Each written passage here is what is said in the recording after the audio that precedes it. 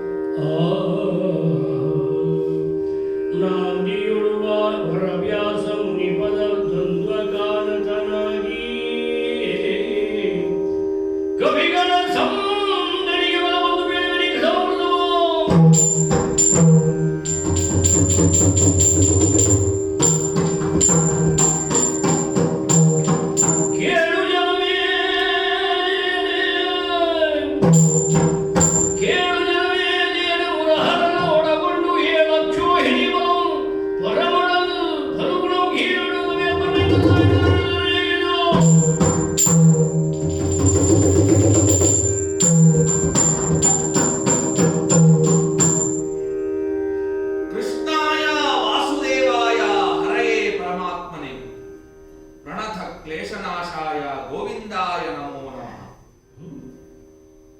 ಈ ಪಾಂಡವರ ಬದುಕಿನಲ್ಲಿ ಒಂದು ಅರ್ಥ ಎನ್ನುವುದು ಲಭಿಸಿದ್ದರೆ ಅದು ಆ ಕೃಷ್ಣ ಪರಮಾತ್ಮನಿಂದ.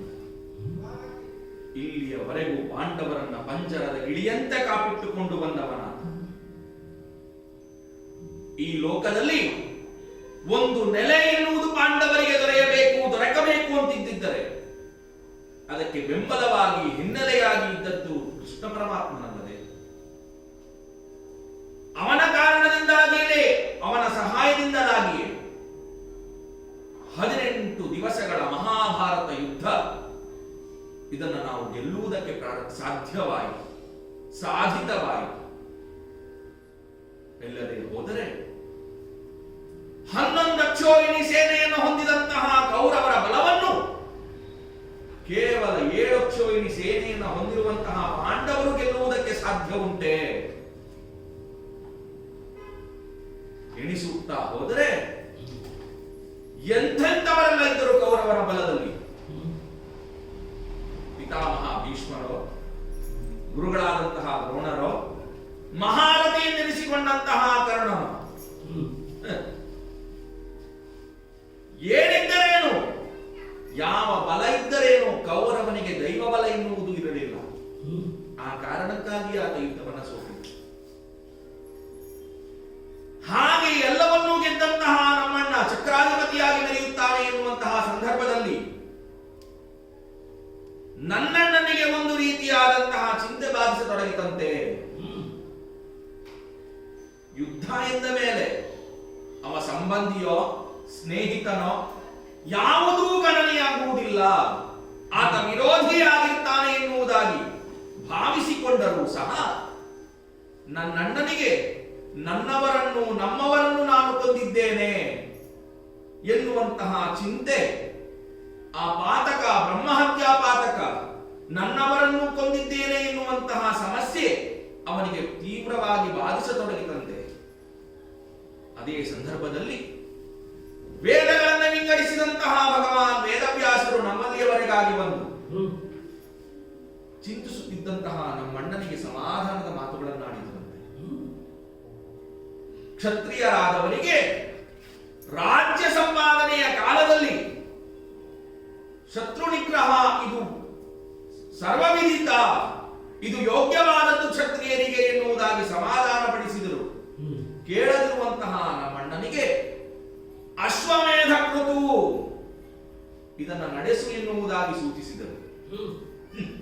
ಯುದ್ಧ ಎಂದ ಮೇಲೆ ಗೆಲ್ಲುವವನಿಗೂ ನಷ್ಟವೇ, ಸೋತವನಿಗೂ ಹೇಗೂ ನಷ್ಟವೇ. ಗೆದ್ದವನಿಗೆ ಯಾವ ಲಾಭ ಅಂತ ಕೇಳಬಹುದು, ನಷ್ಟ ಹೇಗೆ ಅಂತ ನೀವು ಕೇಳಬಹುದು. ಈಗ ಶಾಸನ ಮಾಡುವಂತಹ ಒಂದು ಬಳಗ ತಮ್ಮ ಕಾಲ ನಡೆದ ಸಂದು ಹೋದ ಮೇಲೆ ಮತ್ತೊಂದು ಬಣ ಎನ್ನುವುದು ಬರ್ತದೆ ಅಲ್ವೋ. ಹಾಗಾಗಿ ಹಿಂದೆ ಶಾಸನ ಮಾಡಿದವರು ಭಂಡಾರವನ್ನ ಪೂರ್ಣವಾಗಿ ಬರೆದು ಮಾಡಿದ ಮೇಲೆ ಭಂಡಾರವನ್ನ ಮತ್ತೆ ಭರಿಸಬೇಕು ಬೇಡವ ನಾವು. ಆ ಕಾರಣಕ್ಕಾಗಿ ಅದು ಒಂದು ನೆಪ ಆಯಿತು ನಮಗೆ. ನಮ್ಮಲ್ಲಿರುವಂತಹ ಭಂಡಾರವನ್ನು ನಾವು ಭರಿಸುವುದಕ್ಕೆ ಒಂದು ನೆಪ. ಜೊತೆಯಲ್ಲಿ ನಮ್ಮಣ್ಣನಿಗೆ ತನಗೆ ಬಂದದಗಿರುವಂತಹ ಈ ಕಳಂಕವನ್ನು ತೊಡೆದುಕೊಳ್ಳುವಂತಹ ಒಂದು ಯೋಗ್ಯ ಸಂದರ್ಭ ಕಾಲ ಸನ್ನಿಹಿತವಾಗಿದೆ ಎನ್ನುವುದಾಗಿ ಭಾವಿಸುತ್ತೇವೆ. ಹಾಗಾಗಿ ಕೃತುವಿಗೆ ಬೇಕಾದಂತಹ ಯೋಗ್ಯ ಲಕ್ಷಣವುಳ್ಳಂತಹ ಕುದುರೆಯೊಂದನ್ನು ಭದ್ರಾವತಿಯ ದೊರೆಯಾದಂತಹ ಯೌವನಾಶ್ವರಿಂದ ನಾವು ಕರೆಸಿಕೊಂಡಿದ್ದೇವೆ. ಹಳದಿ ಬಣ್ಣದ ಬಾಲ, ಶ್ವೇತ ವರ್ಣ, ಒಂದು ಕಿವಿಯಲ್ಲಿ ನೀಲಿ ಬಣ್ಣವನ್ನು ಹೊಂದಿದಂತಹ ಯೋಗ್ಯ ತುರಗವನ್ನು ನಮ್ಮ ಈ ಅಶ್ವಮೇಧ ಕೃತುವಿಗೆ ಬೇಕಾಗಿ ನಾವು ತರಿಸಿಕೊಂಡಿದ್ದೇವೆ. ಅಷ್ಟು ಮಾತ್ರವಲ್ಲ, ಅದಕ್ಕೆ ಬೇಕಾದಂತಹ ಸಂಪತ್ತು ಯಾವುದು? ಯಜ್ಞ ಸಂಪತ್ತು. ಮರುತರಾಯನ ಕಾಲದಲ್ಲಿ ಸಂಗ್ರಹಿಸಿದ್ದಂತಹ ಸಂದರ್ಭ ಹಿಮಾಲಯದಲ್ಲಿ ಅದನ್ನು ನಾವು ಒಟ್ಟುಗೂಡಿಸಿಕೊಂಡು ನಾವು ಇದಕ್ಕೆ ಬದ್ಧರಾಗುವಂತೆ ನಿಂತಿದ್ದೇವೆ. ಇಷ್ಟು ಮಾತ್ರವಲ್ಲ, ಸತ್ಯ ಶೌಚ ಆಚಾರವಂತರಾದಂತಹ 20 ಮಂದಿ ಬ್ರಾಹ್ಮಣರನ್ನು ಕರೆಸಿ ಯೋಗ್ಯ ಧನಕನಕಾದಿಗಳನ್ನು ಗೋಸಂಪತ್ತುಗಳನ್ನು ನೀಡುವುದರ ಮೂಲಕವಾಗಿ ನಮ್ಮ ಈ ಕೃತಿಗೆ ಚಾಲನೆಯನ್ನು ಕೊಟ್ಟಿದ್ದೇವೆ. ನನ್ನಣ್ಣ ನನ್ನನ್ನು ಕರೆಯಿಸಿ ತುರಗದ ಮುಂದಾಳತ್ವವನ್ನು ನೀನೇ ವಹಿಸಿಕೊಳ್ಳಬೇಕು ಎನ್ನುವುದಾಗಿ ಸೂಚನೆಯನ್ನ ಇಟ್ಟಿದ್ದಾರೆ. ಬಲ ಎಂದ ಮೇಲೆ ನಾನೊಬ್ಬನೇ ಆದೀತೋ ಹೇಳಿ, ಬಲಕ್ಕೆ ನಾಯಕ ಒಬ್ಬನೇ ಆದೀತೋ ಹೇಳಿ, ನಾನೊಬ್ಬನೇ ಹೋಗುವುದಲ್ಲ. ಮುಂದಾಳತ್ವವನ್ನು ನನಗೆ ಕೊಟ್ಟಿದ್ದಾನೆ ಅಂತಾದರೆ ನನ್ನವರನ್ನು ನಾನು ಒಗ್ಗೂಡಿಸಿಕೊಂಡು ಹೋಗಬೇಕಾದ್ದು ನನ್ನ ಧರ್ಮ. ಹಾಗಾಗಿ ಯಾರೆಲ್ಲ ಇದ್ದಾರೆ ಇಲ್ಲಿ?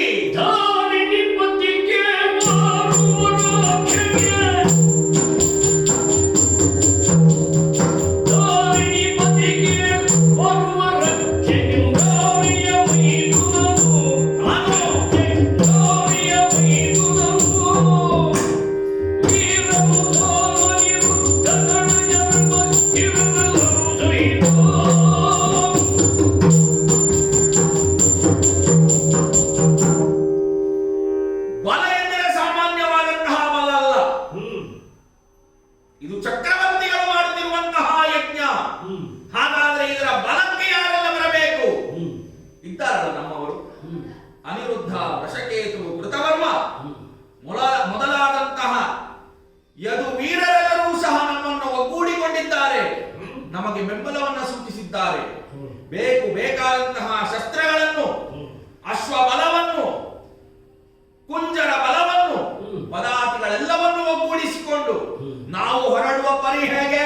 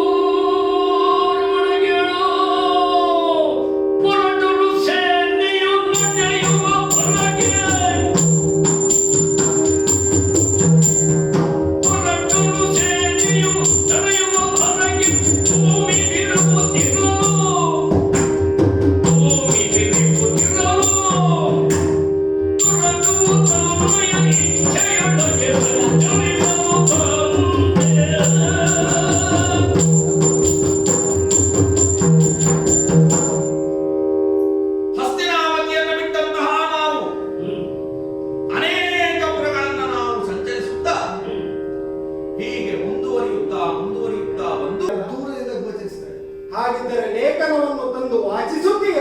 ಅಪ್ಪಣೆ. ಸುತ್ಯಾಗಿ ಶುಚಿ ಸರ್ವೋಪಕಾರಿ,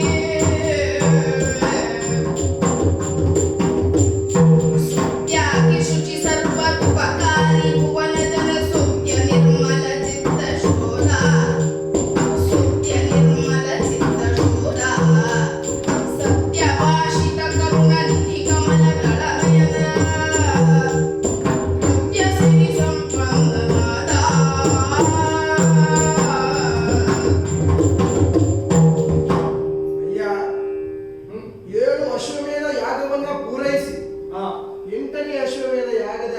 ಜವಾಬ್ದಾರಿಯನ್ನ ವಹಿಸಿಕೊಂಡವು ನೀನಾಗಿದ್ದೀಯ. ತುರಗದ ಬೆಂಗಾವಲಿಗಾಗಿ ಬಂದವು. ಈ ವಿದ್ಯಮಾನವನ್ನೆಲ್ಲ ಗಮನಿಸಿದಾಗ ನಿನ್ನ ಮುಖದ ಭಾವನೆಯನ್ನ ಗಮನಿಸಿದಂತಹ ನಾನು ಒಂದು ವಿಷಯವನ್ನು ನಾನು ಅರ್ಥಪಡಿಸಿಕೊಂಡೆ. ವೀರ ಯಾರಿದ್ದಾರೆ, ವೀರರನ್ನ ಸೋಲಿಸುವಂತಹ ಛಲದಿಂದ, ಬಲದಿಂದ ಹೊರಟವು ನೀನಾಗಿದ್ದೀಯ. ಆ ತುರಗವನ್ನ ನೋಡಿದ ಕ್ಷಣ ಆ ತುರಗವನ್ನ ಕಟ್ಟುವಂತೆ, ಅಲ್ಲದೆ ಹಳೆಯ ಲೇಖನದ ಒಕ್ಕಣೆಯನ್ನು ಓದುವಂತೆ ನನಗೆ ತಿಳಿಸ್ತಾ ಇದ್ದೀಯ. ಏನಾಗಿರಬಹುದು ಎನ್ನುವುದು ನಮ್ಮ ಸಂಶಯ. ಅರ್ಥ ಆಗ್ತದೆ. ಆ ಲೇಖನವನ್ನು ನೋಡುತ್ತಿದ್ದಾಗ ಬಲು ಆಶ್ಚರ್ಯವಾಗ್ತಾ ಇದೆ. ಯಾಕೆ? ಆ ಲೇಖನದ ಅಕ್ಷರಗಳು ಮುತ್ತು ಕೂಡಿಸಿದಂತೆ ಬಲು ಸುಂದರವೂ ಆಕರ್ಷಕವೂ ಆಗಿದೆ. ಅರ್ಥಾತ್ ಯಾರಾದರೂ ಒಮ್ಮೆ ಅದನ್ನು ತೆಗೆದು ನೋಡಿದರೆ ಮನಸ್ಸೂರೆಗೊಳ್ತಾನೆ, ಪ್ರಸನ್ನನಾಗ್ತಾನೆ. ಆದರೆ ಆ ದುರಗವೆಯಂತಹ ಕೃತಿ ಏನು, ಅದನ್ನು ನಾವು ಯೋಚಿಸುವುದು ಬೇಡ. ಸತ್ಯ ಸತ್ಯ. ಯಾರೇ ಆಗಲಿ ತಪ್ಪಿತಸ್ಥನಂತಾದ ಮೇಲೆ ತಕ್ಕ ಶಾಸ್ತಿ ಆಗಲೇಬೇಕು, ಶಿಕ್ಷೆಯೂ ಆಗಬೇಕು. ಅಲ್ಲದೆ ಆ ತುರಗದ ಹಣೆಯ ಮೇಲಿರುವ ಲೇಖನದ ಅಕ್ಷರಗಳನ್ನೆಲ್ಲ ನೋಡಿ ಓದಿದಾಗ ಇಷ್ಟನ್ನು ನಾನು ಹೇಳಬಹುದಯ್ಯ. ಏನು? ಭೂಮಿಗೆ ಅಧಿಕಾರದಂತಹ ಧರ್ಮರಾಯ ಧರ್ಮನಿಷ್ಠನು, ಧರ್ಮ ಪರಿಪಾಲಕನೂ ಆಗಿ ಹಸ್ತಿನಾಪುರದ ರಾಜನಾಗಿ ಮೆರೆಯುತ್ತಿದ್ದಾರಂತೆ. ಕೌರವಾದಿ ಬಂಧುಗಳನ್ನ ಕೊಂದ ಪಾಪ ಪರಿಹಾರಕ್ಕಾಗಿ ಹಾ. ಧರ್ಮ ಸಂಸ್ಥಾಪನೆಯ ಅರ್ಥವಾಗಿ ನಡೆಸಿದಂತಹ ಮಹಾಭಾರತ ಯುದ್ಧದ ಪರಿಹಾರವಾಗಿ ಹಾ. ಅಶ್ವಮೇಧ ಯಾಗವನ್ನ ಕೈಗೊಂಡಿದ್ದಾರಂತೆ. ಹಾ, ಹಾ, ಹಾ, ಹಾ. ಅವರ ತಮ್ಮಂದಿ ಯಾರು ಗೊತ್ತ? ಯಾರು? ಭೀಮ, ಅರ್ಜುನ, ನಕುಲ, ಸಹದೇವರು, ಪಾಂಡವರು. ಪಾಂಡವರು. ಹಾ. ಹಾ, ಅಷ್ಟು ಮಾತ್ರ ಅಲ್ಲ, ಹಾ. ಪಾಂಡವರು ಅಂತನಷ್ಟ ಅವರನ್ನ ಕ್ಷುಲ್ಲಕೆಂದು ಭಾವಿಸ್ಲಿಕ್ಕಿಲ್ಲ. ಕಾರಣ ಏಕೆ? ಏನು? ಪರಮಾತ್ಮನಂತ ಶ್ರೀಕೃಷ್ಣನ ಕೃಪಾ ಕಟಾಕ್ಷ ಸದಾ ಅವರ ಮೇಲಿದೆ. ಹಾ, ಹಾ, ಹಾ, ಹಾ. ಇಲ್ಲವಾದರೆ ಹಾ. 7 ಅಶ್ವಾಹಿಣಿ ಸೈನ್ಯವನ್ನ ಹೊಂದಿದಂತಹ ಪಾಂಡವರು 11 ಅಶ್ವಾಹಿಣಿ ಸೈನ್ಯವನ್ನು ಹೊಂದಿದಂತಹ ಕೌರವರನ್ನ ಗಾರುಗೊಳಿಸಬೇಕು ಅಂತ ಆದ್ರೆ ಕೇವಲ ಮಾನವರ ಬಲದಿಂದ ತೋಳುಗಳಿಂದ ಸಾಧ್ಯವಾಗುವುದಿಲ್ಲ. ಕೃಷ್ಣನ ಕೃಪಾ ಕಟಾಕ್ಷವು ಧರ್ಮದ ಕೃಪೆಯು ಅವರ ಮೇಲಿದೆ. ಹಾ. ಅವರು ನಡೆಸಿದಂತ ಯಜ್ಞಾಶ್ವವಿದು. ಅವರ ಬೆಂಗಾವಲಿನಲ್ಲಿರುವಂತ ಯಜ್ಞಾಶ್ವವಿದು. ಪಾಂಡವರ ಅಶ್ವವೇ. ವಾಚಿಸಲು ಕೇಳಿ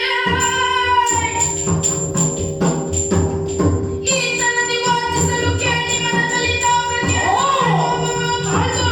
ತಾಮ್ರಕ್ಕೆ ಕೋಪವನ್ನು ತಾಳ್ದು ಪಾತ್ರವನ್ನು ಕಟ್ಟಿ ಮತ್ತೆ ಮಹೀಕರಾದಿವ ಕೇಳು ಬಳಿಕ ಪಾಂಡವರ ಸೋಕೆ ಆ ಪಾಂಡವರ ಮಾತ್ರವೇ. ಏನು ಅವರು ಮಾತ್ರ ಬಲಶಾಲಿಗಳ? ನಾವೆಲ್ಲ ಪಡೆದೊಡ್ಡವರ ಹೇಗೆ? ಆ ಪಾಂಡವರಿಗೆ ತಕ್ಕ ಮಾತ್ರ ನಡೆಯಬೇಕು, ಮತ್ತೆ ನಡೆಯಬೇಕು. ಮಾತ್ರವಲ್ಲ, ಈ ತಾಮ್ರಧ್ವಜ ಯಾರು? ಈ ಪೌರಶಾಪರಾಕ್ರಮದಲ್ಲಿ ಎನ್ನುವುದನ್ನು ಆತನಿಗೆ ಪ್ರಕಟಪಡಿಸಲೇಬೇಕು. ಅದಕ್ಕಾಗಿ ತೊರಣವನ್ನು ಕಟ್ಟಿ ಅಯ್ಯ, ಅರ್ಧಾಂಶವನ್ನ ಓದಿದಂತಹ ನೀನು ಇಷ್ಟು ಕೋಪಕ್ಕೆ ಗುರಿಯಾಗ್ತಿದ್ದೀಯ ಅಂತ ಆದ್ರೆ ಇನ್ನರ್ಥವನ್ನ ಓದಿದ ನಂತರ ನಿನ್ನ ಕೋಪವನ್ನು ನಾನು ಊಹಿಸಬಲ್ಲೆ. ನಾನು ಓದಿದಂತ ಅರ್ಧಾಂಶ ಮಾತ್ರ. ಇನ್ನುಳಿದ ಅರ್ಧಾಂಶ ಹೀಗಿದೆ: ಬಲವುಳ್ಳವರು ಕಟ್ಟಿ ಸೆಣಸಾಡಿ, ಬಲಹೀನರು ಕಪ್ಪ ಕಾಣಿಕೆ ಕೊಟ್ಟು ನಮ್ಮೊಡನೆ ಶರಣಾಗಿ. ಆಗಿದ್ದರೆ ಅದಕ್ಕಾಗಿಯೇ ತುರಗವನ್ನು ಕಟ್ಟಿ ಎನ್ನುವುದಾಗಿ ಹೇಳಿದೆ. ಮಾತ್ರವಲ್ಲ, ನಾವು ಈಗ ಸೆಣಸಾಡುತ್ತಾ ಇರುವುದು ಪಾಂಡವರಲ್ಲಿ. ಮಾತ್ರವಲ್ಲ, ಪಾಂಡವರ ಜೊತೆಯಲ್ಲಿ ಬಂದಿರುವಂತಹ ಅನುಸಾರವಾಗಿ ಇತ್ಯಾದಿ ವೀರರಲ್ಲಿ ಅವರನ್ನ ಲಘುವಾಗಿ ಪರಿಗಣಿಸಿದರೆ ನಮಗೆ ಬಿಗುವಾಗಿ ಹೋದಿತ್ತು. ಅಷ್ಟು ಮಾತ್ರ ಅಲ್ಲ, ಒಂದೊಮ್ಮೆ ನಾವು ಸೆಣಸಾಡಿದ್ದೇ ನಿಜ ಅಂತ ಆದರೆ ಇದು ಕೇವಲ ನನ್ನ ಸಾಮರ್ಥ್ಯದ ಪರೀಕ್ಷೆ ಮಾತ್ರ ಅಲ್ಲ, ಮತ್ತೆ ನನ್ನ ಸತ್ವದ ಪರೀಕ್ಷೆಯೂ ಹೌದು. ನಿಜ. ಹೇಗೆ? ಹಾಗೆ ಯೋಚಿಸಿ ನೋಡಿದರೆ ಗತವಾಗಿತ್ತು ನಾರಾಜನಂದು ಕೂತಾಗಿದೆ.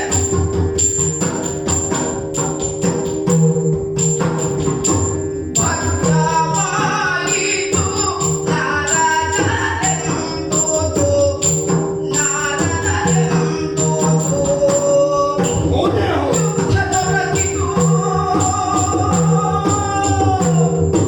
ಯುದ್ಧದೊಳಗಿದು ವಿಜಯ ಸಾಂಬನಿ ವೃತ್ತ ಮೊದಲಾದವರೊಡು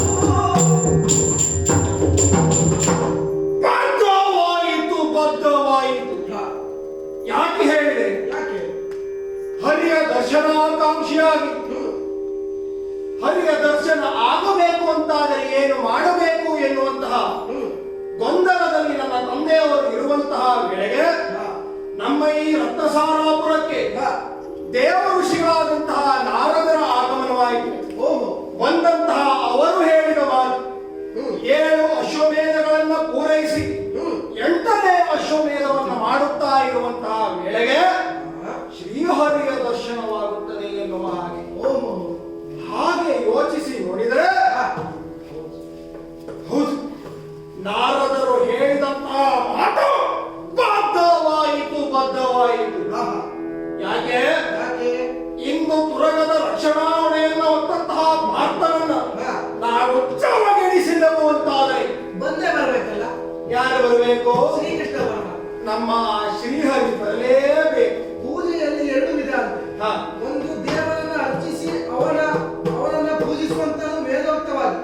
ಇನ್ನೊಂದು ದುರದ ಮುಖೇನ ಅವರನ್ನ ಸಂಧಿಸುವುದು, ಅವರನ್ನ ಸೋಲಿಸುವುದು ಅಂತಾದ್ರೆ ಅವರನ್ನ ಪಡೆಯುವಂತ ಶ್ರೀಕೃಷ್ಣ ಬರಲೇಬೇಕಲ್ಲ, ಅವರಿಗೆ ದರ್ಶನ ಆಗಲೇಬೇಕಲ್ಲ. ಹೌದೇ ಹೌದು. ಈ ತಾಮ್ರಧ್ವಜನು ಹಾಗೆ ವೀರ ಭಕ್ತಿಯನ್ನೇ ಪ್ರಕಟಿಸುವವ. ಹಾಗಿದ್ದರೆ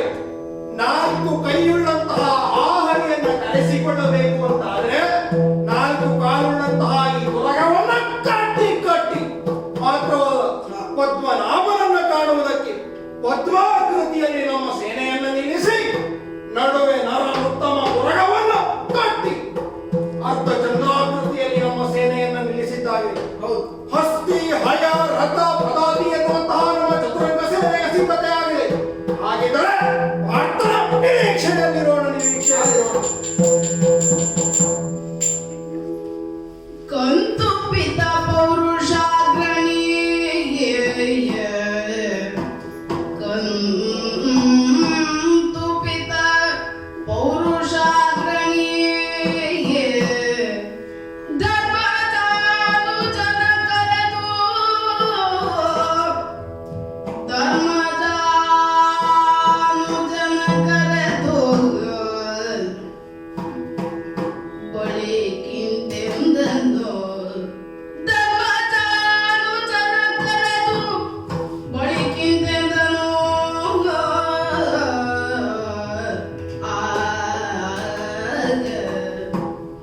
ಲಾಲಿಸ ಜೋನ ಪರಮ ವೈಷ್ಣವ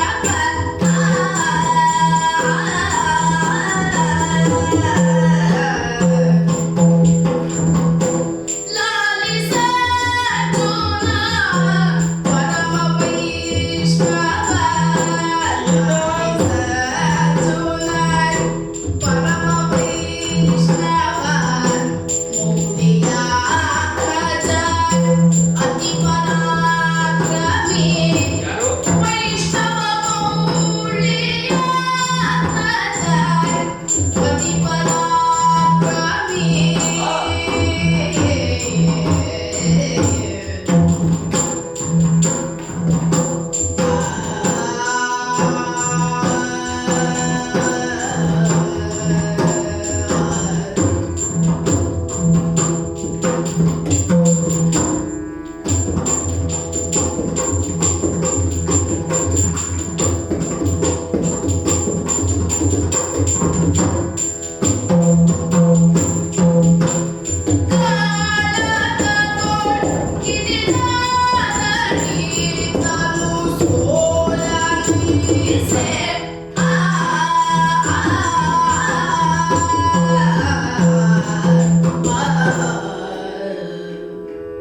ಪಾರ್ಥ, ದೇವದೇವೋತ್ತಮ.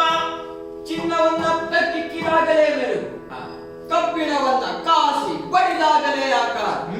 ಸಾಮರ್ಥ್ಯವಂತರು ಸುಜನರು ಆದವರಿಗೆ ಸಂಕಷ್ಟಗಳು ಪ್ರಾಪ್ತವಾದಾಗಲೇ ನೈಜ ಪ್ರತಿಭೆಗೆ ಅವಕಾಶ.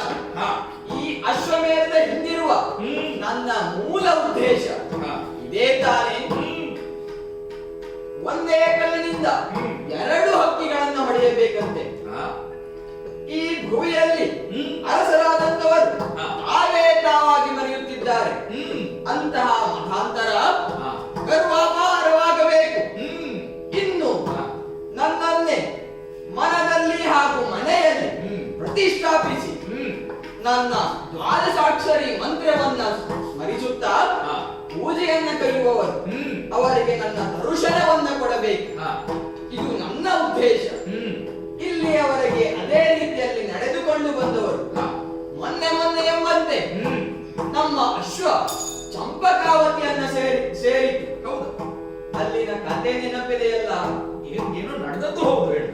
ಹಂಸಧ್ವಜ ನಮ್ಮ ಕುದುರೆಯನ್ನ ಕಟ್ಟಿದ. ಯುದ್ಧಕ್ಕೆ ಅವನ ಮಗನಾದಂತಹ ಸುಧನ್ವ ಬಂದ. ಯುದ್ಧದಲ್ಲಿ ನಿನಗೆ ಸೋಲಾಯಿತು. ಹೌದಪ್ಪ. ಆಮೇಲೆ ನೀನೇನು ಮಾಡಿದಿ? ಏನು ಮಾಡಿದೆ ಇದು ಮೊದಲಾಗಿ? ಆ ಆದ್ರೆ ಹೇಳಿದಲ್ಲ, ನಿಮ್ಮನ್ನ ಸೋಲಿಸುವುದರ ಮೂಲಕವಾಗಿ ನಿಮ್ಮಿಬ್ಬರನ್ನು ಹೆಡಗುಡಿಗಟ್ಟಿ ತನ್ನ ತುರಗದ ಸಹಿತ ನಮ್ಮ ತುರಗವನ್ನು ತನ್ನ ಪುರಕ್ಕೆ ಕೊಂಡೊಯ್ದನಲ್ಲ. ಹೋದ್ರಲ್ಲ ಈಗ. ಆಡಿದ ಮಾತಿನಂತೆ ಪುಣ್ಯಾತ್ಮ ಬಿಡಿಸಿಕೊಳ್ಳಿಕ್ಕೆ ನಾವು ಪಟ್ಟ ಕಷ್ಟ ಇಷ್ಟು ಹೇಳು. ಮುಖ ನೋಡ್ಲಿಕ್ಕೆ ಆಗ್ತಿರ್ಲಿಲ್ಲ ಪುಣ್ಯಾತ್ಮ. ಮುಖ ನೋಡಿದ್ದೇ ಹೌದಾಗಿದ್ದರೆ ಆ ಕಣ್ಣ ಸನ್ನೆಯ ಮೂಲಕವಾಗಿಯೋ ಬಾಯಿ ಸನ್ನೆಯ ಮೂಲಕವಾಗಿಯೋ ಮಾತನಾಡುವುದರ ಮೂಲಕವಾಗಿ ಬಿಡಿಸಿಕೊಳ್ಳಬಹುದಾಗಿತ್ತು. ಅದಕ್ಕೂ ಅವಕಾಶವೇ ಕೊಡಲಿಲ್ಲ ಪುಣ್ಯಾತ್ಮ. ಬೆನ್ನಕ್ಕೆ ಒಂದಾಗುವಂತೆ ಗಟ್ಟಿ ಹಾಕಿ ಹೋದನಲ್ಲ. ಬಿಡು, ಅದೇನೋ ಒಂದು ಪ್ರಯತ್ನ ಮಾಡುವುದರ ಮೂಲಕವಾಗಿ ಬಿಡಿಸಿಕೊಂಡಿದ್ದೇವೆ ನಾವು. ಅಲ್ಲ ದೇವರೇ, ನೀರುವಾಗೂ ಹೀಗಾಗುವುದಕ್ಕೆ ಸಾಧ್ಯ ಉಂಟು? ಅದೇ ಪುಣ್ಯಾತ್ಮ. ಯಾಕೆ ಹೇಳು? ಬಲದವರು ಸೋತಾಗ ನನಗೆ ಸೋಲು ಅಂತ ಅನ್ನಿಸ್ಲಿಲ್ಲ, ಹಾ ನಾನು ಸೋತಾಗಲೂ ಸೋಲು ಅಂತ ಅನ್ನಿಸ್ಲಿಲ್ಲ. ನೀನು ಬಂದ ಮೇಲೂ ನಮಗೆ ಸೋಲಾಗ್ತಾ ಇದೆ ಅಂತಾದ್ರೆ ಇದು ಯಾವ ಗ್ರಹಚಾರ ದೇವರೇ ಇದು? ಅದಕ್ಕೆ ಹೇಳು ಮಾರ್ಜಾಲ ನ್ಯಾಯ ಹಾಗೂ ಮರ್ಕಟ ನ್ಯಾಯ ಅಂತ. ಅಂದ್ರೆ ಮಾರ್ಜಾಲ ಬೆಕ್ಕು ಏನು ಮಾಡ್ತದೆ ಹೇಳು? ಏನ್ ಮಾಡ್ತದೆ? ತನ್ನ ಮರಿಯನ್ನ ತಾನೇ ಕಚ್ಚಿಕೊಂಡು ಹಾ. ಒಂದು ಕಡೆಯಿಂದ ಇನ್ನೊಂದು ಕಡೆಗೆ ಹೋಗುತ್ತದೆ. ಹಾ. ಅದೇ ರೀತಿಯಲ್ಲಿ ಹಾ. ನಾನು ಪಂಚಪಾಂಡವರನ್ನ ಬೆಕ್ಕಿನ ಅಲ್ಪಾದಿಯಲ್ಲಿ ಸಾಕುತ್ತಾ ಸಲಹುತ್ತಾ ಬಂದವನು. ಹಾ. ಆದರೆ ಹ್ಮ್. ಈ ಮಯೂರಧ್ವಜ ತಾಮ್ರಧ್ವಜರು ಆ ತರ ಅಲ್ಲ, ಹಾ. ಮರ್ಕಟ ನ್ಯಾಯವನ್ನು ಅನುಸರಿಸಿದವರು. ಹಾ. ಮಂಗ ಏನು ಮಾಡ್ತದೆ? ತಾನೇ ತನ್ನ ತಾಯಿಯನ್ನ ಔಚಿಕೊಂಡು ಅಪ್ಪಿಕೊಂಡು ಹಿಡಿದುಕೊಳ್ತದೆ. ಹಾ. ಈ ಮಯೂರಧ್ವಜನು ಹಾಗೆಯೇ ಈ ದೇವರನ್ನ ತಾನೇ ಅಪ್ಪಿಕೊಂಡು ಹಿಡಿದವರು. ಮಂಗಾದದ್ದು ಅವಲ್ಲ, ನಿಜವಾಗಿ ಮಂಗಾದದ್ದು ನಾವೀಗ. ಆ ತುರುಗವನ್ನು ಬಿಡಿಸಿಕೊಂಡು ನಾವು ಮರಳಿ ಹೋಗದೇ ಇದ್ರೆ ನಮಗೆ ಮರ್ಯಾದೆ ಉಂಟಾ? ಏನು ಮಾಡೋಣ ಹೇಳು? ಏನ್ ಮಾಡುವುದು ನೀನೇ ಹೇಳಬೇಕೀಗ. ನಿನ್ನನ್ನೇ ನಂಬಿ ಹೊರಟವರು ನಾವು. ಹಾಗಾಗಿ ನೀನು ಇಷ್ಟರವರೆಗೆ ಉಪಾಯವನ್ನ ಮಾಡಿದವನಲ್ಲವೇ ನೀನು? ಮಾಡಿದ ಉಪಾಯವನ್ನೆಲ್ಲ ಕೆಡಿಸಿದ್ರಲ್ಲ ಆತ. ಹಾ. ಈಗ ಬಿಡಿಸಿಕೊಳ್ಳಿಕ್ಕೆ ಹೀಗೆ ಅಲ್ಲಿಯವರೆಗೆ ಹೋದೆವು ಅಂತ ಆದ್ರೆ ಈಗ ಬರೀ ಕೈ ಕಟ್ಟಿದ್ದಾನೆ. ಹಾ. ಆಮೇಲೆ ಕೈ ಕಾಲು ಎರಡನ್ನೂ ಕಟ್ಟಿ ಎಲ್ಲಾದ್ರೂ ಬಿಸಾಡಿ ಆದ. ಅಲ್ಲ, ಈಗ ಹೋಗುದಾದ್ರೆ ಹೀಗೆ ಹೋಗುದಾ? ಅದೇ ಹೇಳಿದ್ದು. ಮತ್ತೆ? ಈಗ ಹೋದ್ರೆ ಆಗ್ಲಿಕ್ಕಿಲ್ಲ. ಹಾ. ಒಂದು ವೇಷ ಮಾಡಬೇಕು ಪುಣ್ಯಾತ್ಮ.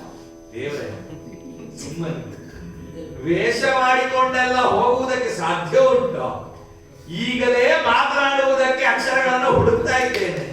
ಇನ್ನು ವೇಷ ಮಾಡಿಕೊಂಡು ಅದಕ್ಕೆ ತಕ್ಕಂತಹ ಭಾಷೆಯನ್ನು ನಾವು ಮಾಡಿಕೊಂಡು ಅವನಿಗೆ ಹೋಗುವುದೌದೇ? ಸುಲಭದ ವೇಷ ಮಾಡುವ. ಯಾವ್ದದು? ಯಾವುದು ಗೊತ್ತಾ? ಶ್ರೀಪತಿ ಪಾಲುಗೋಣಿ ಪರ್ವತಂ ಭಯ ಉಗಡಿ ಸಾಕಲದಿ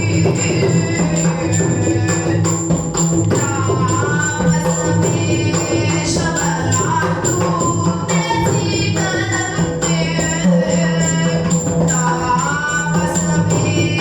ರಾಮಸಮೇಶವರಾತು ದೇಸಿಕನಂತೆ ಪಾಪುರಕೈ ತಂದರು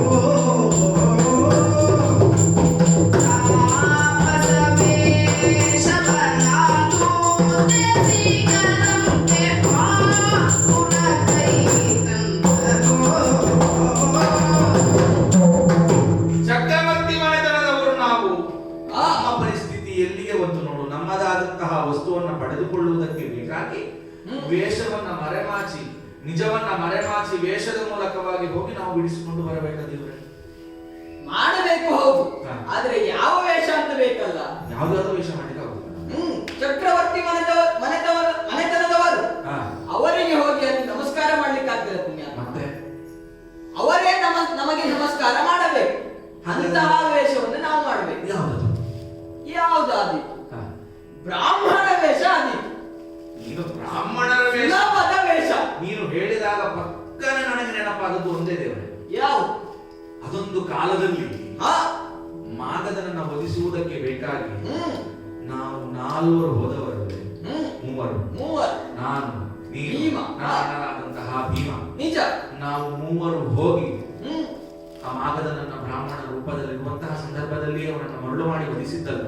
ಅದೇ ರೀತಿಯಲ್ಲಿ ಇಲ್ಲಿಯೂ ಮಾಡಬೇಕು. ಹ್ಮ್. ಹೇಗೆ ಆದಿತ್ತ ಬ್ರಾಹ್ಮಣ ವೇಷ? ಬ್ರಾಹ್ಮಣ ವೇಷ. ಈಗ ನನ್ನ ಪಾತ್ರ ಏನು? ನಿನ್ನ ಪಾತ್ರ ನಿನಗೆ ಮಾತು ಸ್ವಲ್ಪ ಜಾಸ್ತಿ ಪುಣ್ಯ. ನನ್ನ ಮಾತು ಜಾಸ್ತಿ. ಹೌದಪ್ಪ. ದೇವರ ಇಷ್ಟರವರೆಗೆ ಮಾತನಾಡಿಯೇ ನಾನು ಬದುಕಿದ್ದೆ. ಆದ್ದರಿಂದ ಈ ಪಾತ್ರದಲ್ಲಿ ನಿನಗೆ ಮಾತೇ ಇಲ್ಲ. ಆಹಾ. ನಾನು ಹೇಳಿದ್ದಕ್ಕೆ ಹೂ ಹುಟ್ಟಿದ್ರೆ ಆಯ್ತು. ಪಾರ್ಥನ ಈ ಪಾತ್ರಕ್ಕೆ ಮಾತಿಲ್ಲ. ಪಾತ್ರದಲ್ಲಿ ನೀನು ಮಾತಾಡಿದ್ದು ಜಾಸ್ತಿ ಆಯ್ತು. ಆದ್ದರಿಂದ ಇನ್ನು ಮಾಡುವ ಪಾತ್ರದಲ್ಲಿ ನಿನಗೆ ಮಾತಿಲ್ಲ. ಮಾತಿಲ್ವಾ? ಅದೇ ಹೂ ಹುಟ್ಟುವ ಕೆಲಸ. ನಿನಗೆ ಪೂರಕವಾಗಿ ನಿನ್ನೊಟ್ಟಿಗೆ ನಾನಿದ್ದರೆ ಅಷ್ಟೇ. ಆದ್ರೆ ಒಂದು ಹ್ಮ್.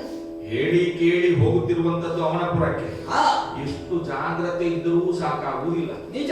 ನಾವು ಕೃಷ್ಣ ಪಾರ್ಥರು ಎನ್ನುವ ವಿಚಾರ ಹ್ಮ್.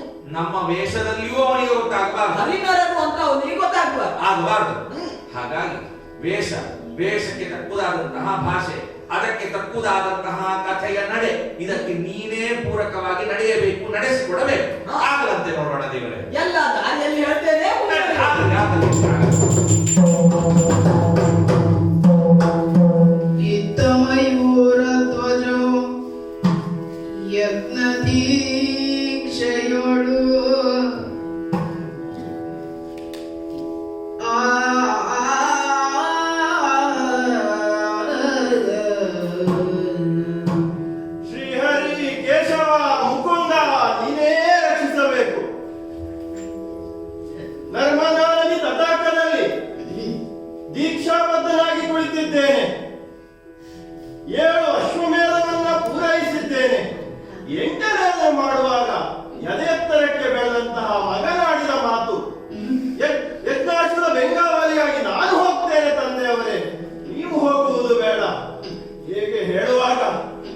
ಮನಸ್ಸಿಗೆ ಬಹಳ ಆನಂದವಾಗ್ತದೆ. ಹೀಗೆ ದೀಕ್ಷಾಬದ್ಧರಾಗಿ ಕುಳಿತಿದ್ದೇನಂತೆ. ನೋಡೋಣ ಮುಂದೇನಾಗ್ತದೆ.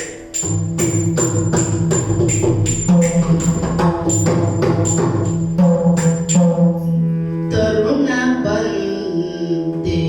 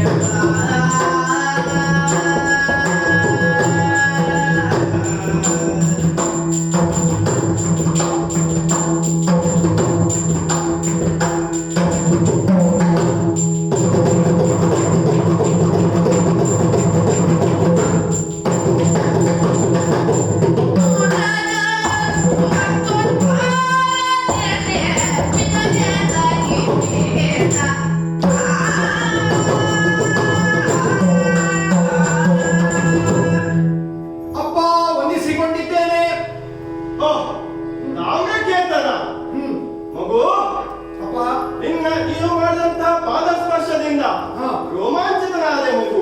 ಧನ್ಯವಾದ. ಮಾತ್ರವಲ್ಲ, ದೀಕ್ಷಾಬದ್ಧನಾಗಿ ಕುಳಿತಿರುವಂತಹ ನನಗೆ ಇದು ಅನಿರೀಕ್ಷಿತವಾಗಿ ಹೋಯಿತಲ್ಲ ಮಗು.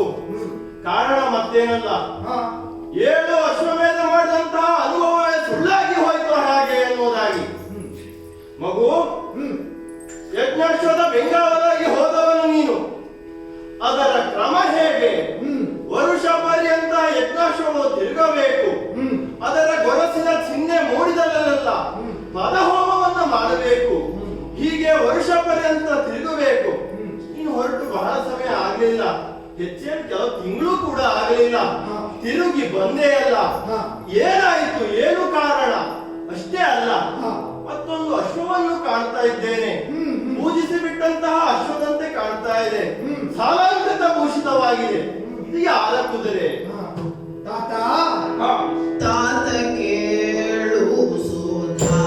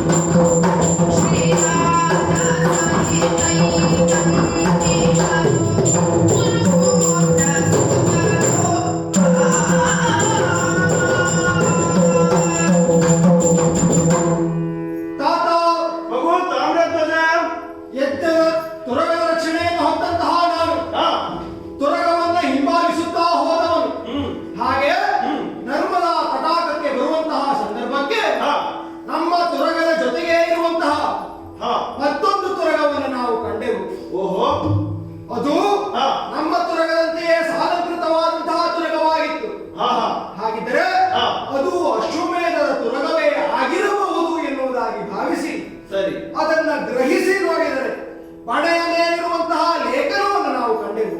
ಓಹೋ, ಏನಂತೆ? ಲೇಖನವನ್ನು ಓದಿ ನೋಡಿದಾಗ ತಿಳಿದಿದ್ದು ಅಪ್ಪ. ಏನು? ಸುಧಾಂಶು ಕುಲ ಸಂಜಾತನಾಗಿರುವಂತಹ ಧರ್ಮಜ ಹಾ ಮಾಡುತ್ತಾ ಇರುವಂತಹ ಅಶ್ವಮೇಧವನ್ನು ಓಹೋ ಈಗಾಗಲೇ ನಡೆದಂತಹ ಕುರುಕ್ಷೇತ್ರ ಯುದ್ಧದಲ್ಲಿ ಹಾ ತನ್ನ ಬಂಧು ಬಾಂಧವರನ್ನ ಆತ ಸಂಹರಿಸಿದ್ದಾನೆ ಎನ್ನುವಂತಹ ಕಾರಣಕ್ಕಾಗಿ ಹಾ ಆತ ಮಾಡುತ್ತಾ ಇರುವಂತಹ ಅಶ್ವಮೇಧದ ಯಜ್ಞ ಹಾ. ಯಜ್ಞ ತುರಗಾಲ. ಹಾಗಾಗಿ ಹಾ ಅದರಲ್ಲಿ ಬರದಂತಹ ಒಕ್ಕಣೆ ಹೀಗಿತ್ತು. ಹೇಗೆ ಬದುಕೊಳ್ಳವರು ತುರಗವನ್ನ ಕಟ್ಟಿ ಕಾದುವುದು, ಹಾ ಬಲಹೀನರು ಕಪ್ಪ ಕಾಣಿಕೆಯನ್ನು ಸಲ್ಲಿಸುವುದು ಎನ್ನುವ ಹಾಗೆ. ಸರಿ ನಾವೇನು ಬಲಹೀನರಲ್ಲವಲ್ಲ, ಛೆ, ಖಂಡಿತ ಅಲ್ಲ. ಹಾಗಾಗಿಯೇ ಹಾ. ತುರಗವನ್ನ ಕಟ್ಟಿದೆ. ಓಹೋ ಮಾತ್ರವಲ್ಲ, ಮತ್ತೆ ತುರಗದ ಹಿಂಬಾಲಕನಾಗಿ ಬಂದಂತಹ ಭಾರತ ಹಾ. ಆತನನ್ನು ಸಹ ಗಾಲುಗೆಡಿಸಿದೆ. ಓ ಬಹುಶಃ ಹೀಗಾಗಿರಬೇಕು. ಹಾ. ಬೆಂಗಾವಲಾಗಿ ಬಂದವರಲ್ಲ ಹಾ. ಬಹುಶಃ ಮಾತನಾಡ್ತಾ ಕಳೆದ್ರ ಅಂತ ಬಾಣ ಪ್ರಯೋಗ ಮಾಡಲೇ ಇಲ್ವಾ ಹೇಗೆ? ಹಾಗಾದದ್ದು ಹೌದಪ್ಪ. ಹಾ ಕೇವಲ ಅಷ್ಟು ಮಾತ್ರ ಅಲ್ಲ, ಹ್ಮ್ ಅವನ ಜೊತೆಗೆ ಬಂದಂತಹ ಹ್ಮ್ ನಮ್ಮ ದೇವನಾಗಿರುವಂತಹ ಹಾ ಆ ಶ್ರೀಕೃಷ್ಣನನ್ನು ಸಹ ತುರದಲ್ಲಿ ಕೆಳಹಿ ಅವರೀವರನ್ನ ಕಟ್ಟಿ ಆ ತುರಗ ಹಾಗೂ ನಮ್ಮ ತುರಗವನ್ನು ಮತ್ತೆ ರತ್ನಸಾರಾಪುರದವರಿಗಾಗಿ ಬಂದಿದ್ದೇನೆ ಅಪ್ಪ. ಛೆ, ಮಗನೇ ಇನ್ನಲ್ಲಿ ಮಾತನಾಡುವುದಲ್ಲ. ನಿನ್ನ ಜೊತೆ ಇದ್ದಾನಲ್ಲ ಮಂತ್ರಿ ಸುಬುದ್ಧಿ ನಕುಲ ಧ್ವಜ ಬುದ್ಧಿವಂತ, ಅವನನ್ನು ವಿಚಾರಿಸ್ತೇನಂತೆ. ನಕುಲ ಧ್ವಜ, ನನ್ನ ಮಗನಾಡಿದ ಮಾತು ನಿಜವೇ? ಆಲಿಸ್ಬೇಕಯ್ಯ. ಏನು? ಜಿಯ ಕೇಳ್ಪುಸಿಯಲ್ಲ ಗಜ ಪುರಾಧಿಪದ ಕೇಳ್ಪುಸಿಯಲ್ಲ ಗಜ ಪುರಾಧಿಪದ ಕಾಯದ ತ್ವರದಲ್ಲಿಯ ಬಿನನು ಕಾಯದ ತ್ವರದಲ್ಲಿಯ ಬಿನನು ಧರ್ಮರಾಯನ ತ್ವರದಲ್ಲಿಯ ಬಿನನು ಕಾಯವಂತಿ ಹವಿಯುತ ವಲ್ಲಭನ ಹರಿಸುತ್ತ ಕಾಯವಂತಿ ಹವಿಯುತ ವಲ್ಲಭನ ಹರಿಸುತ್ತ ಸಹಾಯದಿಂದ ಮಿತವರ ಸಹಿತ ಕಾಯವಂತಿ ಹವಿಯುತ ವಲ್ಲಭನ ಹರಿಸುತ್ತ ಸಹಾಯದಿಂದ ಮಿತವರ ಸಹಿತ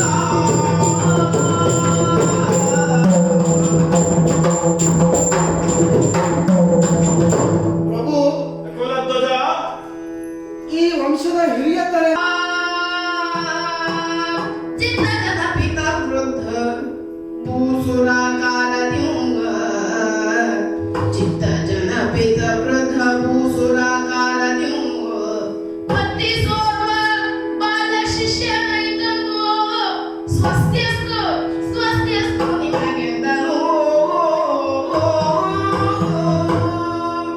ಸ್ವಸ್ತಿಯಸ್ತು ಸ್ವಸ್ತಿಯಸ್ತು ಶ್ರೀರಸ್ತು ಶುಭಮಸ್ತು ಅಸ್ತು ಅಸ್ತು ಅಸ್ತು. ಚಿತ್ತ ದೊಡ್ಡೆ ತರುತ್ತಲಿದೆ ಬಂದೆ ಸತ್ಯಾಸನ ಇತ್ತು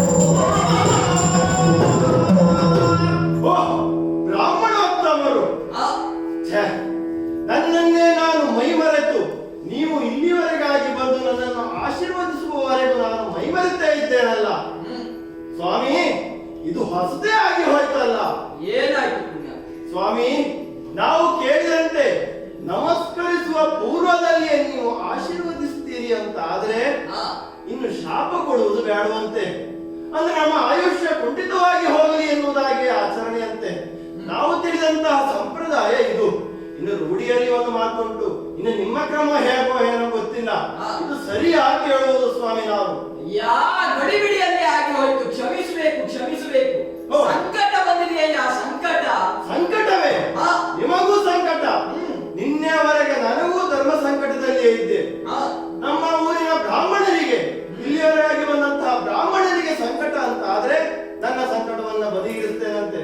ಆಪತ್ತು ಬಂದಂತಹ ಆಪತ್ತು ಏನು ಸ್ವಾಮಿ ಹೇಳಬೇಕು? ಭೂಮಿಪಾಲ ಲಾಲಿಸಬೇಕು. ಹಾ ಧರಣಿ ಪತಿಯ ಕೇಳು ಬೇಡ ಭೂಮಿಪಾಲ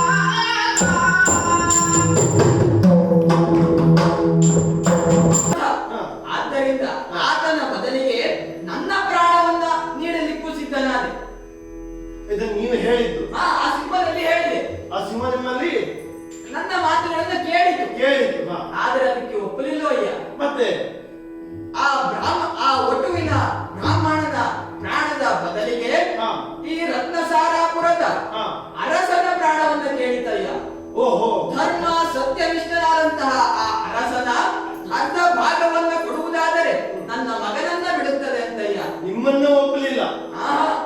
ರಾಜ್ಯದ ರಾಜನ ಅರ್ಧ ಭಾಗ ಕೇಳಿದ್ದು. ಅಂದ್ರೆ ನೀನು ಕೊಟ್ರೆ ನನ್ನ ಮಗನ ಪ್ರಾಣ ಉಳಿತದಯ್ಯ. ನೀನೊಂದು ದೊಡ್ಡ ಮನಸ್ಸು ಮಾಡಬೇಕು. ಶಿಷ್ಯ, ಈತ ಕೊಡುವ ಲಕ್ಷಣ ಕಾಣುವುದಿಲ್ವಲ್ಲ? ಓಹ್, ವಿಪ್ರೋತ್ತವರೇ, ಹೊರಡುವುದಕ್ಕೆ ಮುಂದಾದ್ರಿ. ಹೊರಡಬೇಡಿ. ಏಕೆ ಚಿಂತಿಸ್ತೀರಿ ನೀವು? ಏಕೆ ಚಿಂತಿಪೆ ವಿಪ್ರನೇ?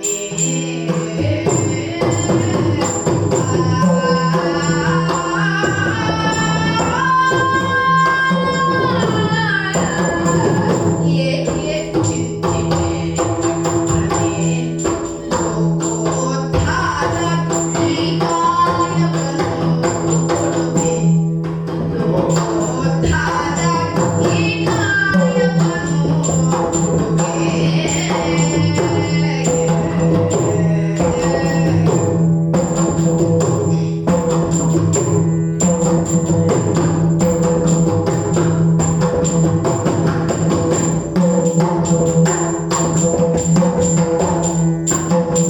ಆಕೆ ಸತಿಯೋ ನಿನ್ನಲಿ ಆಕೆ ಸರಿಯೋ ತಿನ್ನಲಿ. ಮುಂದಕ್ಕೆ ಬಹುಖ್ಯಾತಿಯ ಬರಲಿ. ಮುಂದಕ್ಕೆ ಬಹು ಪ್ರಖ್ಯಾತಿಯೋ ಬರಲಿ.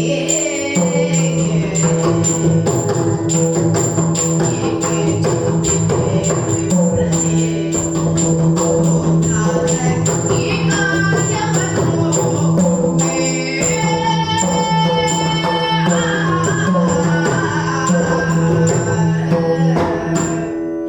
ವಿಪ್ರೋತ್ತಮರೇ, ಆ, ನಿನ್ನೆ ನನ್ನ ಜೀವನದಲ್ಲಿ ನಡೆದ ಘಟನೆಯಿಂದ ನಾನು ಮಂದಭಾಗ್ಯನು ಎಂದು ಭಾವಿಸಿದ್ದೆ. ಓ. ಆದರೆ ನೀವಾಡುತ್ತಿರುವಂತಹ ಮಾತನ್ನ ಕೇಳಿದರೆ ಮನಸ್ಸು ತುಂಬಿ ಬರ್ತದೆ ಸ್ವಾಮಿ. ಬ್ರಾಹ್ಮಣರು ಅಂತ ಹೇಳಿದ್ರೆ ಏನು?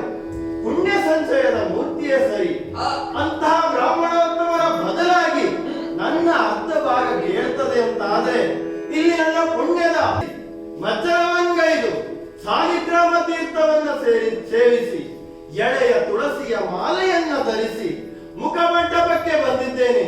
ಸೇರಿರುವಂತಹ ನನ್ನವರಲ್ಲಿ ನನ್ನಂತಹ ಪಾತ್ರೆಯನ್ನಗೈದಿದ್ದೇನೆ. ತುರಗ, ರಥ, ಹಯ, ಹವನಾದಿಗಳ ಕನಕಾದಿಗಳನ್ನ ದಾನವಾಗಿ ಕೊಟ್ಟಿದ್ದೇನಂತೆ. ಇನ್ನು ಬ್ರಾಹ್ಮಣೋತ್ತಮರೇ, ನಾನು ಸಿದ್ಧನಾಗಿದ್ದೇನೆ. ಹಾಗೆ ಕಾಂತ, ಕುಮದ್ವತಿ, ನನ್ನದೊಂದು ಭಿನ್ನಪವನ್ನ ಕೇಳಬೇಕು ನೀವು. ಏನು? ಬಿನ್ನಪ್ಪವನ್ನು ಲಾಲಿಸಲು ಪ್ರಾಣನಾಥ.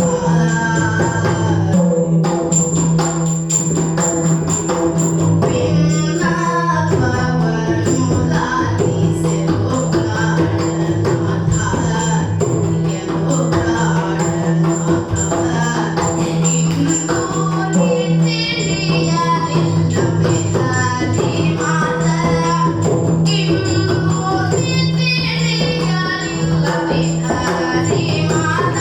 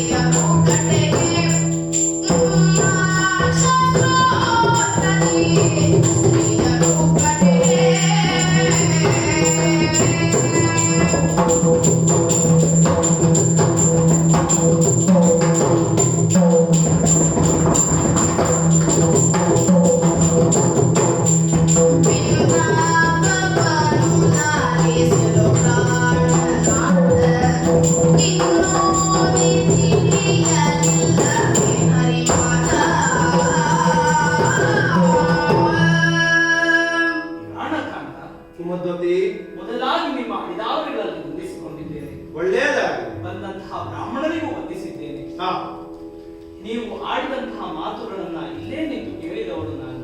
ಸರಿ. ಬ್ರಾಹ್ಮಣರು ಹಾ, ಭೂಲೋಕದಲ್ಲಿ ನಡೆದಾಡುವ ದೇವರು ಎಂದು ಭೂಸುರರು. ಹೌದು. ಅವರಿಗೆ ನೀವು ನಿಮ್ಮದಾದಂತಹ ಸಹಾಯವನ್ನು ಮಾಡಲು ಮುಂದಾಗಿದ್ದೀರಿ. ರಾಜನಾದವರ ಆದ್ಯ ಕರ್ತವ್ಯವೆಂದು ಅಲ್ವೇ? ಅವರ ಮಗನಿಗೆ ಬಂದಂತಹ ಸಂಕಷ್ಟವನ್ನ ಪರಿಹರಿಸಿಕೊಳ್ಳಲು ನಿಮ್ಮವರಿಗಾಗಿ ಬಂದಿದ್ದಾರೆ. ಅವರನ್ನ ಬರಿಗೈಯಲ್ಲಿ ಅದು ರಾಜನಾದವನು ದೇಹಿ ಎಂದವನಿಗೆ ನಾಸ್ತಿಯನ್ನ ಕೂಡದಂತೆ ಅಲ್ವೇ? ಹಾಗಾಗಿ ನಿಮ್ಮದಾದಂತಹ ಸಹಾಯವನ್ನು ನೀವು ಕೊಡಲು ಮುಂದಾಗಿದ್ದೀರಿ. ಆದರೆ ನನ್ನದೊಂದು ವಿನ್ನಪ. ಏನು? ಪತ್ನಿಯರಿಗೆ ಶಾಸ್ತ್ರದಲ್ಲಿ ಒಂದು ಅಧಿಕಾರವನ್ನು ನೀಡಿದ್ದಾರೆ. ಅಧಿಕಾರವನ್ನು ಅಥವಾ ಸ್ಥಾನವನ್ನು ನೀಡಿದ್ದಾರೆ. ಪತಿಯಾದವನ ಅರ್ಧಾಂಗಿ ಎಂದು. ಅಂದರೆ ಅರ್ಧ ಜೀವ ಅರ್ಧ ಮನಸ್ಸು ಪತ್ನಿಯಲ್ಲಿದೆ ಎನ್ನುವುದು ಒಂದು ನಂಬಿಕೆ. ಹಿಂದೆ ಯಾವುದೇ ದೇವರನ್ನು ನೀವು ನೆನೆದರೂ ಕೂಡ ಪಾರ್ವತಿ ಪರಮೇಶ್ವರ, ರುಕ್ಮಿಣಿ ಕೃಷ್ಣ, ಲಕ್ಷ್ಮೀ ನಾರಾಯಣ ಹೀಗೆ ಹೆಸರಲ್ಲಿ ಅರ್ಧ ಹೆಸರನ್ನ ಸೇರಿಸುವುದಲ್ಲದೆ ಶಾಸ್ತ್ರದಲ್ಲಿ ಅರ್ಧಾಂಗಿ ಎಂದು ಪತ್ನಿಯನ್ನ ಕರೀತಾರಂತೆ. ಹಾಗಾಗಿ ನಿಮ್ಮಲ್ಲಿ ಒಂದು ಕೇಳಿಕೊಳ್ತೇನೆ ಸ್ವಾಮಿ. ರಾಜರಾದವರು ನೀವು ಮುಂದೆ ಮಗನಾದಂತಹ ತಾಮ್ರಧ್ವಜನಿಗೆ ನಿಮ್ಮ ಒಂದು ಆಶೀರ್ವಾದವನ್ನ ಅವನಿಗೆ ನೀಡಬೇಕು. ಮುಂದೆ ರಾಜ್ಯ ಹೇಗೆ ನಡೆಸಬೇಕು ಎನ್ನುವುದಾಗಿ. ಹಾಗಾಗಿ ನಿಮ್ಮ ಪರವಾಗಿ ಅರ್ಧಾಂಗಿನಿಯಾದಂತಹ ನಾನು ಬ್ರಾಹ್ಮಣರಿಗೆ ನನ್ನ ದೇಹವನ್ನ ಸಮರ್ಪಿಸುತ್ತೇನೆ. ಆಗೀತು ಅವರಲ್ಲಿ ಕೇಳಿ ನನ್ನ ವಿನ್ನಪವನ್ನು ನೀವು ಕೇಳಬೇಕು ಸ್ವಾಮಿ, ಲಾಲಿಸಬೇಕು. ಕುಮದ್ವತಿ, ನನ್ನ ದೇಹದ ಅರ್ಧ ಭಾಗ ಬ್ರಾಹ್ಮಣರಿಗೆ ಕೊಡ್ತೇನೆ ಅಂತ ಹೇಳಿದ್ದೇನೆ. ಹೌದು ಸ್ವಾಮಿ. ಅರ್ಥಾತ್ ಮೋಕ್ಷದ ದಾರಿಯನ್ನು ನಾನು ಹೇಳಿದ್ದೇನೆ. ಮೋಕ್ಷವನ್ನ ಮಾರ್ಗದಲ್ಲಿ ಸಾಗುವಾಗ ಹೆಂಡತಿಯಾದವರಲ್ಲಿ ಹೇಳಬೇಕಂತೆ.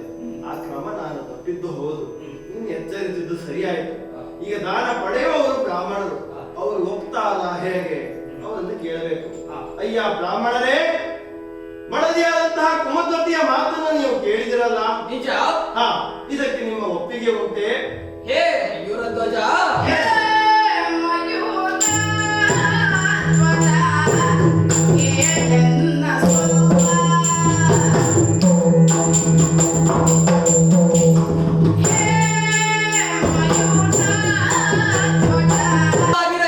ಈ ದಾನ ನಮಗೆ ಬೇಡ ಬೇಡ ಬೇಡ.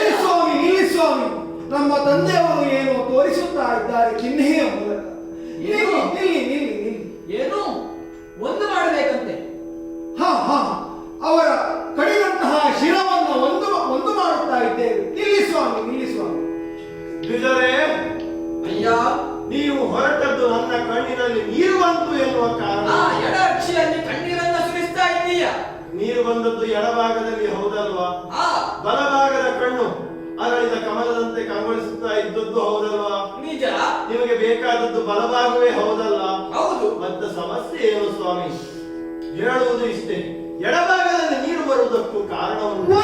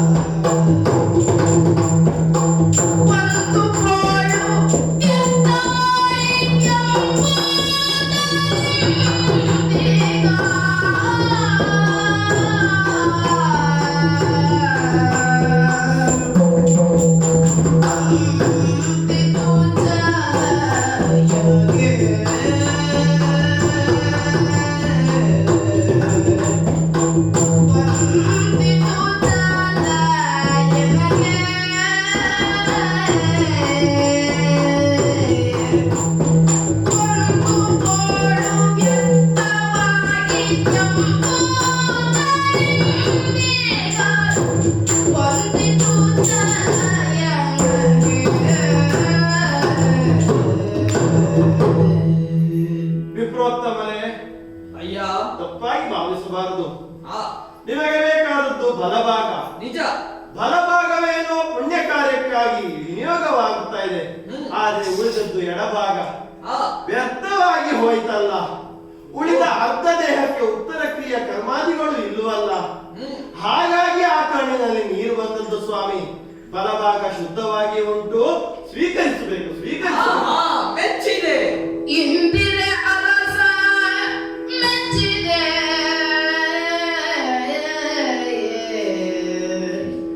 ಇಂದಿರೆ ಅರಸ ಮೆಚ್ಚಿದೆ ಎಂದು ಕಾರುಣ್ಯದಿಂದ ಮೈದಡವಿದನು.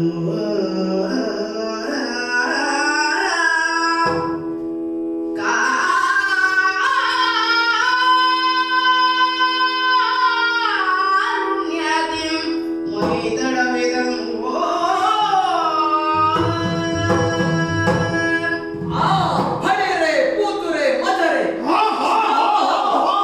ಇದೇನು ಆಶ್ಚರ್ಯ! ಬ್ರಾಹ್ಮಣರಿಂದ ಈ ರೀತಿಯಾದಂತಹ ಮಾತುಗಳು, ಬಡಿರೆ ಬೂಟು ಮಜರೆ, ಇದೇನಿದು ಕ್ಷತ್ರಿಯರು ಆಡುವಂತಹ ಮಾತುಗಳನ್ನು ಬ್ರಾಹ್ಮಣರು ಆಡ್ತಾ ಇದ್ದಾರೆ ಅಂದ್ರೆ, ಸ್ವಾಮಿ ಯಾರು ನೀವು?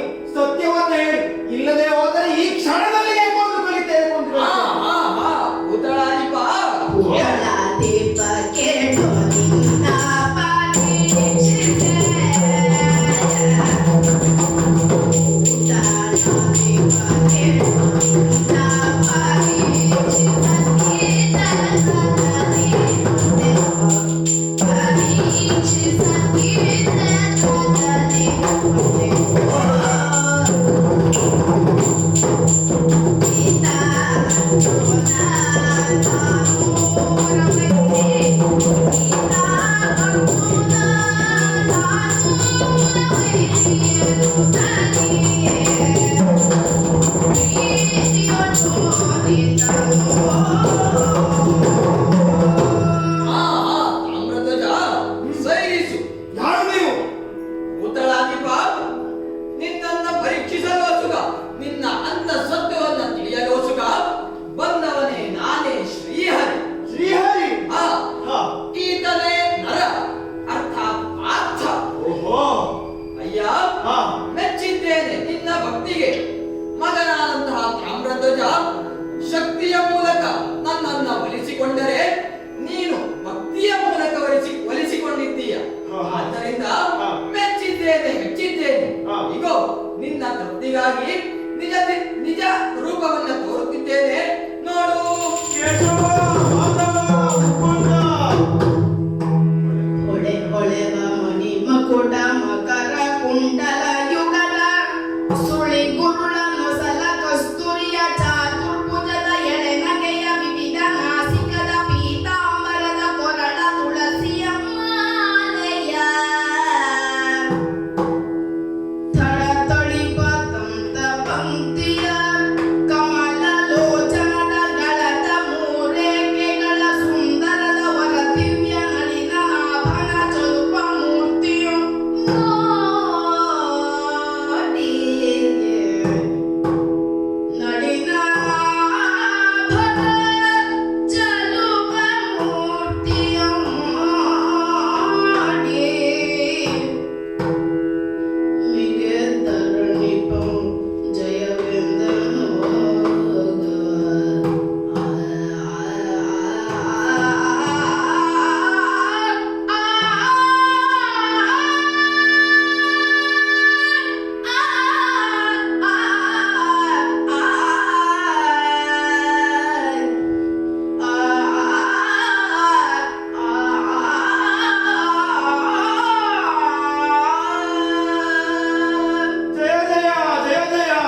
ಜಯ ಕೇಶವ, ಕೊನೆಗೂ ನನಗೆ ದರ್ಶನವನ್ನ ಇತ್ತೆಯಲ್ಲ ಸ್ವಾಮಿ.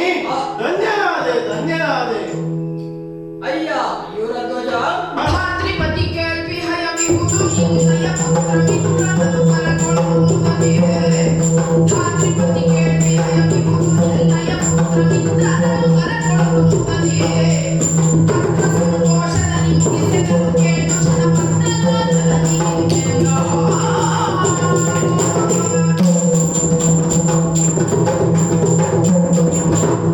ಅಯ್ಯ ಯುವರಧ್ವಜ ಮುರಹರಿ. 7 ಅಶ್ವಮೇಧ ಯಾಗಗಳನ್ನು ಪೂರೈಸಿದ ನೀನು ಹಾ. ಈ 8ನೇ ಅಶ್ವಮೇಧ ಪೂರ್ಣಾಹುತಿಯನ್ನ ಮಾಡು. ಹಾ.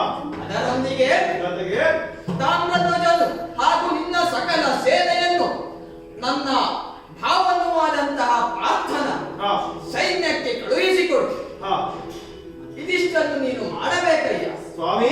ಆ ತುರಗ ನಮ್ಮದಲ್ಲ ಎನ್ನುವುದಾಗಿ ಮೊದಲೇ ಭಾವಿಸಿ ಅದಕ್ಕೆ ಕಟ್ಟಿದ್ದೇನಂತೆ.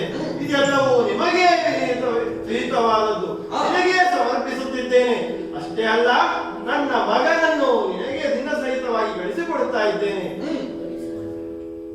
ಎಲ್ಲವನ್ನು ಹರಿಸಮರ್ಪಣೆಯಾಗಿಸುತ್ತಿದ್ದೇನೆ. ಸ್ವಾಮೀ ರಕ್ಷಿಸಬೇಕು, ರಕ್ಷಿಸಬೇಕು. ಜಯ ಜಯ ಜಯ ಜಯ ಜಯ ಜಯ. ಲೋಕಕ್ಕೆ ಮಂಗಳವಾಗಲಿ. ಕುಮುದಲೋಚನೆಗೆ ಕೋಮಲಾಂಗಿಗೆ ವಿಮಲ ಕೋಮಲ ತಾರಕ ಶುಭೋದಯ. ಶರಣಮಾತೆಗೆ ಶಂಕರನ ಪ್ರೀತಿಗೆ ಹರಿಯ ಮಾತನ ವೇದ ಮುಕ್ತೋಮೆಗೆ. ಜಯ ಮಂಗಲೋ ನಿತ್ಯ ಶುಭ ಮಂಗಲೋ, ಜಯ ಮಂಗಲೋ ನಿತ್ಯ ಶುಭ ಮಂಗಲೋ.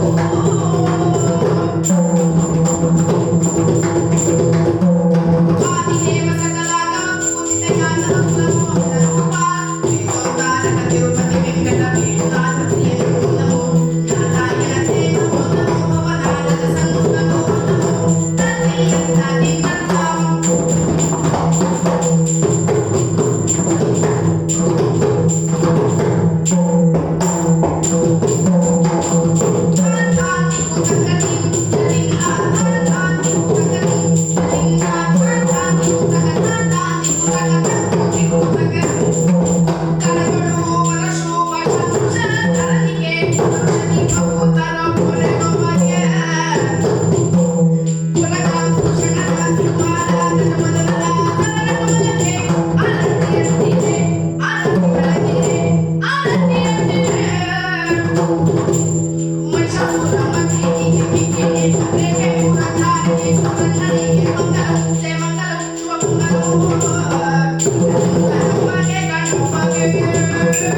Thank you.